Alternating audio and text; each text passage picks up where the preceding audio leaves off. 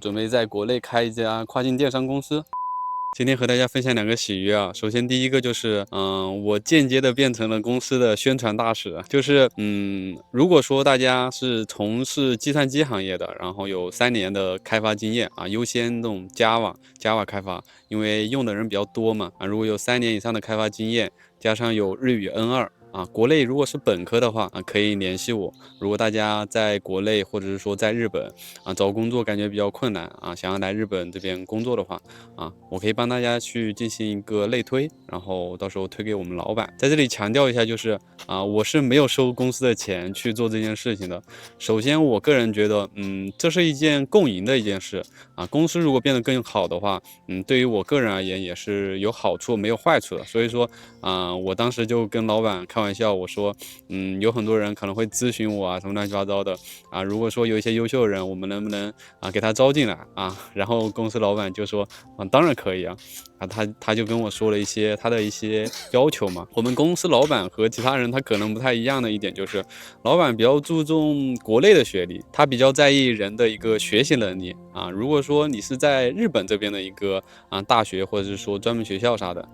他反而感觉有一点点看不上。因为他之前经历过这种类似的事情，就之前在日本这边招了那种在日本读大学的那个学生，然后他感觉那个人太水了，怎么教不会他可能会觉得日本这边只要不是顶尖学校，大部分都有点水，所以说他比较在意国内的那个本科学历所以说再强调一下，就是计算机开发3年，然后 N2至少 N2，然后就是本科学历。如果大家有想法的话，可以跟我说一下。然后我们公司的话，上一期视频我实际上也讲了，老板格局还挺大的，就是他比较注重培养人。就是如果说你到我们公司仅仅是一个过渡那也没关系。如果你觉得待得好的话，你就可以继续待；如果你觉得待得不好的话，你哪怕作为跳板，实际上老板这个人，格局也挺大的，他也是不介意的。就是如果说你最终能从公司跳到日企的话，他也会觉得挺骄傲的，就是自己作为华人公司，然后自己公司的人可以跳到别人的外资企业更好的一些优秀的公司，他也会觉得挺欣慰的就不会去刻意的去说你啥的。第二个喜悦就是最近感觉命运在指引我我感觉机会到了，计划在27年的中旬，也就是6月到7月份左右准备在国内开一家跨境电商公司没错，咱们准备创业了。实际上有很多水友一直都希望我早点创业或者是干啥的，但是之前的话是一直没有找到一些契机，然后也感觉时间未到最近这段时间，可能最近这几个月吧，然后自己的一个思想或者是说各方面也有一些提升，而且最近主要是契机感觉到了，我感觉可能命运在推动吧。就是为什么我会感觉可以做呢？首先就是创业的话，你首先得找到人，然后再找到项目，然后再找钱，对吧？我一开始会以为钱这个东西对于初创者来说会是一个比较难的一个东西，但是我实操的时候，我会发现钱是最简单的东西往往是骨干成员，就是核心的创业的伙伴是最难的，人这个东西是最难的，其次就是这个好的项目最后才是钱，钱是最简单的，真的完全不缺钱。我发现了，只要你这个人靠谱你这个人的口碑比较好的话，是完全不差钱的，随随便便能凑出200万，我感觉是这样的就确实是我亲身经历所以我去试了一下，我发现本来最开始是想的我的那个朋友跟我讲，你要做这个跨境电商的话，最起码你得凑10万人民币吧。然后我就说没关系到时候我直接投资你，因为我了解到他的一个情况，就是他在这个行业里面从业了很多年，他知道怎么从零到有全部流程他都知道，而且他从业那么多年，他还有一个朋友，他那个朋友的话也能力很强，然后我当时跟他们吃饭就聊了很多嘛，那我就感觉如果说你什么东西都能行的话，并且你能够把一个账号从零做到有的话那这种情况下，如果说我投资你，你能不能行？他说可以嘛。然后基于这种情况下我选择了对他给予信任。就核心的成员是找到了2个，有了人之后那么就是钱了嘛。因为有人之后基于他们的一个能力选择了这个项目最后就是钱。钱的话，我当时找了一些朋友，我一开始是在自己的水友群里面也说了一下，然后去通知了一下自己的朋友。我后面发现，原来信任我的人是那么的多。首先，水友群里面不说，水友的话，基本上我没有去私聊他们。一般很多比较信得过的一些水友，他们可能平时看那个水友群比较少，所以说，我就后面我去通知了一下我的一些朋友。通知我朋友的过程中，我就发现，哇，真的异常的顺利啊！就是很多信任我的人啊，就是愿意花钱去投资我啊。有一些大股东，就是超乎我想象的那种，就是他们一投可能投10万、20万、30万这种，就是发现我身边还是有那么多人信任我的。我发现钱这个东西是真的最容易解决了。一开始是想着先融资个30万作为初始资金去进行创业嘛，然后发现30万太少了，可能我自己就随随便便就可以凑到15万、20万这样子，然后再找几个朋友随随便便就凑满了。我有一个朋友说，他可以投20万、30万，随随便便都可以，只要你觉得这件事情可靠啊，能做，然后最后把这些东西都落实，他全投都是无所谓的。就是因为他可能平时跟我接触比较多嘛，而且他的脑子也比较灵活，所以说他是对人不对事。他信任你这个人，他可能就会愿意去投，包括你可能说50万、60万这样子，他都能拿得出来，就是那种比较有能力的人吧。然后还有一些其他的朋友，还有那种自己家里条件比较好的随随便便可以拿出来50万、100万的那种朋友。也还有一个就是跟我合作也挺久的了之前我在折腾副业的时候，他一直帮我打理国内的一些东西嘛那个水友的话，他也知道我的为人也愿意投10万就是随随便便凑2-3个股东就已经凑齐了好几十万了。我就发现这个股份不够分，你知道吗？原计划是30万去试一下水，后面发现了当时也有点上头嘛，通知了太多人了，结果就发现每人哪怕投1-2万都不够，你知道吗？根本不够分最后慢慢的去统计了一下表格和数据，最后决定把初始资金控制在80万人民币左右因为真的没办法，因为我当时太激动了，我和很多朋友说了这件事情，可能他们没有那么快的入股，因为做事情要严谨嘛，我不可能说产生这个想法然后直接去找别人融资，那是不对的。但是我提前把这个消息跟大家讲完之后大家有一个心理准备，然后明年我把所有的计划、所有的风险项全部弄清楚之后，和大家对接完之后，那个时候我会找大家去进行一个融资。我提前需要构思，就是大概能不能筹到这个钱包括我大概会给哪些人一些投资的一些名额我发现甚至名额都不够分，你知道吗？我现在初步统计的那个名额里面已经有20多个股东了，但是我最终会选3个大股东，就是股东会的成员，我会是定在股份10%以上的成员那么拥有决策权并且需要负责担当更多的一些责任，然后低于10%的人全部拥有就是了解公司的一个财务状况的一个知情权但是没有这个决策权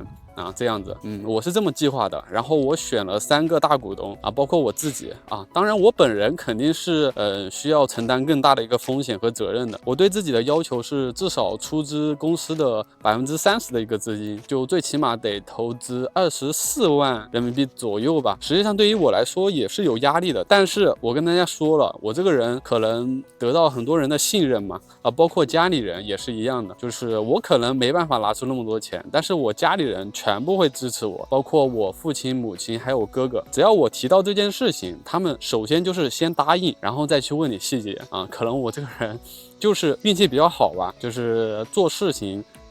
会让大家觉得靠谱包括我舅舅实际上我舅舅真的很不靠谱。平时我跟他提这个事情的时候，他说他也可以去投10万。哇，我真的那一刻我真的觉得自己在做人这一块口碑这一块真的做的挺好的。就是我平时能跟大家一起去开玩笑，我能和别人打成一片，但是大部分时候我这个人还算比较正经能够让别人感受到我真的要认真去做一件事情的时候，不会去那种玩笑打闹，就是认真该认真的时候就会认真就给大家这种感觉吧。然后我平时人也算比较朴实比较真诚吧，所以说信任我的人就特别多，那么这个资金问题就特别好解决。好的，这个资金这个话题我们们就先过一下。然后我想讲一下我创业的一些个人的一个想法啊。首先，这个公司已经有2个骨干成员了，我到时候还会再招一个骨干成员。在这里也是和大家提一下，公司到时候还需要一个骨干成员。我希望大家如果说有从事这个跨境电商的一些水友啊，如果说你觉得自己有抱负，但是没地方施展的话，我也是非常欢迎大家来我这个公司啊进行发挥啊。首先，我可以给大家承诺的一点就是公司的一个准则是优先发员工的工资和奖金，其次是股东的一个分红，最后是老板的分红和工资和奖金。这个是我做事的一个原则，而且我会坚定的把这个原则执行下去。最终我创业的过程中，我也会去进行视频的一个记录，包括公司开内部的一些会议，只要不是那种公司的内部机密我都会去进行一个会议记录。到时候大家也可以陪伴着我一起去见证这个公司的一个成长。然后我给骨干成员的一个薪资待遇，我自己的一个预期是什么呢？首先，这个公司的选址可能会是在广州，所以说如果大家是跨境电商行业从事了多年，并且计划在广州这边进行工作的水友，最好是3年以上吧要求是3年以上，因为我要求这个人必须是全才大家注意一下，就是你要从零到有全部流程你都要懂，可能到时候到了我公司，你的薪资会大大的降低，就是原来你可能拿的是接近1万的薪资，或者是1万多一点的薪资，但是现在你到我这种初创公司，我能给你的工资会很低，但是我可以向你承诺，未来的你的上限一定会比你在现在的公司要高。首先我会给你一个原始股份，可能原始股份不会特别高，比如说我开始会给你3%，然后第2年会给你4%相当于第3年会再给你1%，类似于这种机制，但是不是绝对的。但是我可以向你保证，最终如果说你作为初始的骨干成员，你最终能拿到5%的一个原始股份，然后我作为老板的话，我就是10%的一个原始股份。作为老板是10%，你作为骨干成员，你就拥有了老板1半的股份的话，实际上我个人认为我已经算是比较大气的一个状态了。包括3个骨干成员，最终这3个核心成员如果能力强的情况下，总共会占有15%的一个原始股份。员工的一个股份期池一共会预定在20%左右就相当于3个核心的骨干成员以外，还会有5%的一个额外的股份，最终会慢慢的奖励给在公司就是比较优秀的一些员工我是这样子去进行一个计划。所以说，首先如果你作为骨干成员，你能拿到股份并且你能拿到底薪这样子，而且我会承诺，最开始作为初创公司可能薪资不会很高，但是五险一金这些东西我会尽可能的都会去给大家去整上。还有就是1周必须要休2天，我绝对不允许自己的公司1周休1天，这个是绝对不行的。因为我哪怕我创业失败我是可以接受，但是我绝对不能接受就是自己的公司口碑很差，自己的公司压榨员工，这个是绝对不允许的。因为我觉得创业这个东西失败了不可怕，最怕的是什么？你的股东、你的员工什么的对你这个人失望这个是我实际上是最怕的。因为我当时也和大家说了，创业这个东西钱是最简单的。那为什么钱最简单？实际上就是你这个人，你这个性格，还有这个做事的风格、口碑。如果你说你这些点都做得很好的话，你只要尽全力就够了。能不能成，实际上是看上天的安排。我个人感觉是这样的。所以说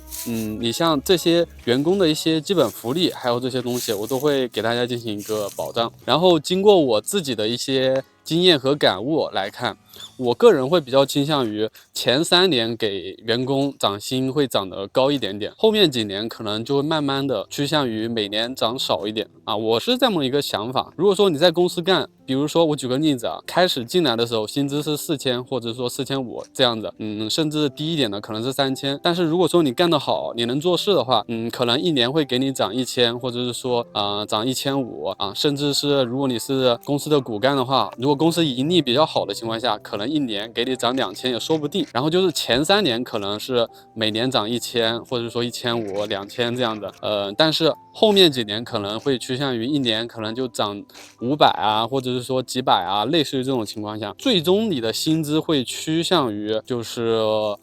如果是核心成员的话，会趋向于1万左右啊，或1万多一点。但是你们是有股份的嘛？你们有股份的话，而且会有奖金奖金这个东西是一定会有的。如果公司发展的好的话，会有那种季度奖金。当然这个是比较理想的情况下，就算没有季度奖金，那也会有年终奖。只要公司在盈利的情况下，我是一定不会吝啬的因为我还是强调那句话优先员工再是股东，再是老板我是这么一个原则。那么这个就是我对于员工待遇的一个想法了。反正大家应该也看得出来，我拍视频也拍的比较久了，大概能感受出来我这个人的一些性格。包括我后期的创业的话，我也会尽可能的去进行一些记录不过我跟大家强调一点，就是我这个人会在日本再待那么3到5年左右。虽然说明年会去创立公司，但是我个人不会回国我可能不会在国内的公司里面跟大家一起去战斗，就是我人会在日本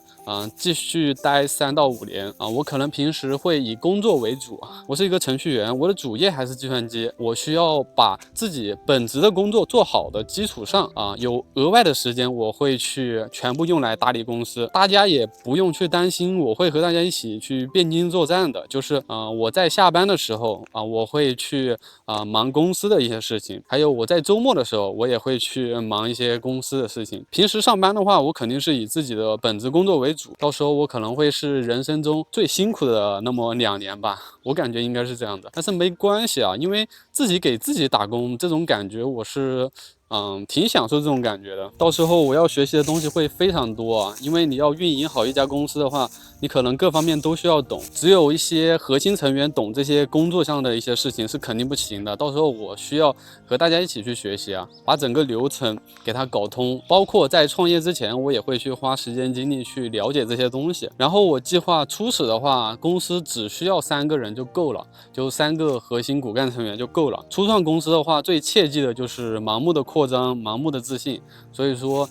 前期的话就不需要那么多人现在已经有2个那个员工了，而且是骨干成员，后面还需要招1个嘛刚刚也跟大家提了如果说大家有3年以上的那个跨境电商的工作经验，大专以上吧，要求大专以上吧，就是并不是歧视大家的学历。如果说是2个人摆在你面前，一个是大专，一个是本科，一个是985、211，你肯定会优先考虑那些学历上更强的，因为他们的学习能力可能会更强一点是这样的。但是我绝对不歧视任何人，如果说你认为你的能力足够强的话，你在自己的公司实现不了自己的抱负的话，你可以踊跃的报名，我也是非常欢迎大家的。到时候最后这一个骨干成员挑出来之后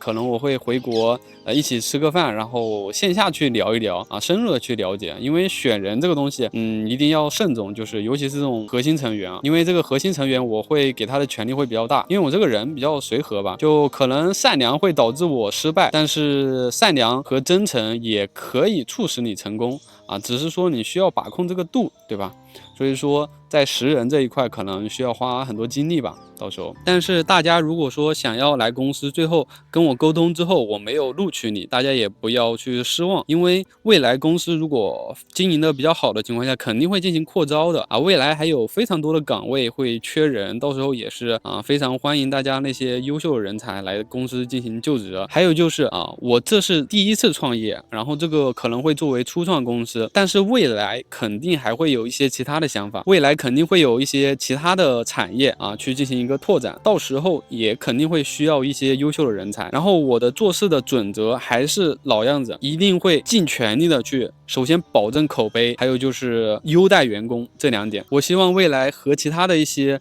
公司的老板去进行比较的时候我不要被别人说成就是资本家那种可恶的资本家我是希望这样子。然后我这个人也会比较随和吧，可能我会希望公司的工作氛围会比较好一点吧。好的，本期视频内容有点长，有点啰嗦主要是讲到一些话题就是收不住尤其是考虑这种未来创业这种事情，就是它是一个很大的事情，希望大家能够谅解也是希望大家能够跟我一起去分享这个喜悦，未来一起见证我的一个成长，包括我自己成功了，未来我可能会成为你人生中一个重要的人脉因为如果说大家对我比较熟悉的人应该知道，我这个人性格比较随和，如果说大家有什么事情问我，我看到消息都会回复哪怕未来我作为老板了